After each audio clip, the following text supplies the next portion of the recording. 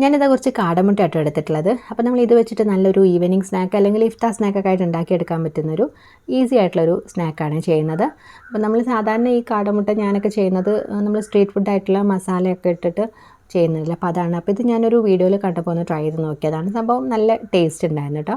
അപ്പോൾ കാടമുട്ടയ്ക്ക് പകരമായിട്ട് കോഴിമുട്ട എടുത്താലും മതി. അപ്പോൾ നമ്മളിന്ന് ഒരു 12 കാടമുട്ട എടുത്തിട്ട് നന്നായിട്ട് വേവിച്ച് തൊലിയൊക്കെ കളഞ്ഞ് റെഡിയാക്കി എടുത്തിട്ടുണ്ട്. ഇനി നമുക്കിതിലേക്കൊരു മസാല ഉണ്ടാക്കിയെടുക്കണം. അപ്പോൾ അതിനായിട്ട് ഞാൻ പാൻ ചൂടാക്കിയിട്ട് വെളിച്ചെണ്ണ ഒഴിച്ചിട്ട് വലിയൊരു സവാള ചെറുതായിട്ട് ചോപ്പ് ചെയ്ത് ചേർത്ത് കൊടുത്തിട്ട് കുറച്ചൊന്നിങ്ങനെ വഴറ്റുന്നുണ്ട് കേട്ടോ.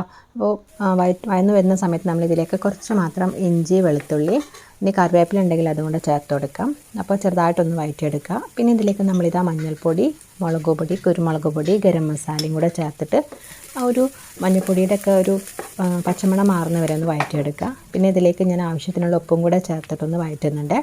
ഒരുപാട് അങ്ങ് വഴലേണ്ട ആവശ്യമില്ല. ജസ്റ്റ് ഒന്നിങ്ങനെ ഒരു കടിക്കുന്ന സമയമാകുമ്പോൾ നമ്മളിതിലേക്ക് മല്ലിയില ഉണ്ടെങ്കിൽ അതും കൂടെ ചേർത്ത് കൊടുക്കാം. അപ്പോൾ എൻ്റെ കയ്യിൽ ലാസ്റ്റായിട്ടുള്ള കുറച്ച് മല്ലിയില ഉണ്ടായിരുന്നു കേട്ടോ. അപ്പോൾ അതും കൂടെ ഞാൻ ചേർത്ത് കൊടുത്തിട്ടുണ്ട്. പിന്നെ നമ്മൾ ഉപ്പൊക്കെ ഇട്ട് വേവിച്ചിട്ടുള്ള ഉരുളക്കിഴങ്ങ് പൊടിച്ച് ചേർത്ത് കൊടുക്കുന്നുണ്ട്. അപ്പോൾ ഞാനിവിടെ ഒരു വലിയ 2 ഉരുളക്കിഴങ്ങാണ് ചേർത്ത് കൊടുത്തിട്ടുള്ളത്. അതും കൂടെ ചേർത്ത് നന്നായിട്ടൊന്ന് മിക്സ് ചെയ്തിട്ട് നമ്മളിതാ ചെറുതായിട്ടൊന്ന് ചൂടാറുമ്പം ഇതുപോലെ ഇങ്ങനെ ഒരു ബോൾസ് ആക്കിയിട്ട് കയ്യിലൊന്നിങ്ങനെ പരത്തി കൊടുക്കുക.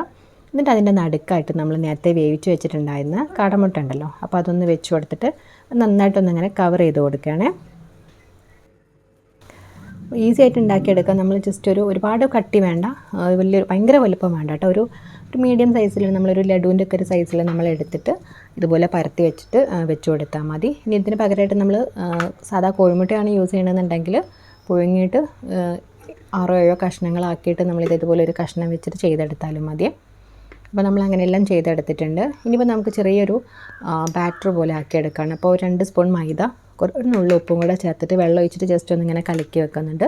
ഒരുപാട് തിന്നായിട്ടുള്ള ബാറ്ററല്ല, കുറച്ച് കട്ടിയുള്ള ഒരു ബാറ്റർ ഉണ്ടാക്കി എടുക്കുന്നുണ്ട്. അപ്പോൾ ഇതിന് പകരമായിട്ട് നിങ്ങൾക്ക് വേണമെങ്കിൽ മുട്ട ജസ്റ്റ് ഒന്നിങ്ങനെ ഉപ്പിട്ടിട്ട് കലക്കി വെച്ചാലും മതി കേട്ടോ.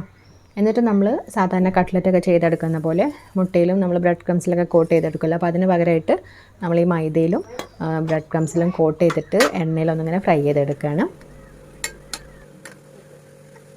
കുറേ സമയം ഫ്രൈ ചെയ്തെടുക്കേണ്ട ആവശ്യമില്ല, കാരണം എല്ലാം കുക്കായിട്ടുള്ളത് തന്നെയാണ്. ജസ്റ്റ് ആ ഒരു പുറം ഭാഗമൊക്കെ ഒന്ന് ക്രിസ്പി ആവുന്നവരെ ഒന്ന് നമ്മൾ ചെയ്തെടുത്താൽ മതി.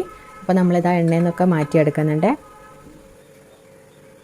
അപ്പോൾ ഇതാ ഞാൻ എല്ലാം ഫ്രൈ ചെയ്തൊക്കെ എടുത്തിട്ടുണ്ട്. നല്ല ക്രിസ്പി ആയിട്ടുള്ള ബോൾസാണ് കേട്ടോ. പുറം ഭാഗം നല്ല ക്രിസ്പി ആയിട്ടും അകത്തിങ്ങനെ ആ ഒരു ബോണ്ടയുടെ മസാലയും പിന്നെ എഗ്ഗൊക്കെ ആയിട്ട് ഒരു പ്രത്യേക ടേസ്റ്റൊക്കെ ഉണ്ടായിരുന്നു.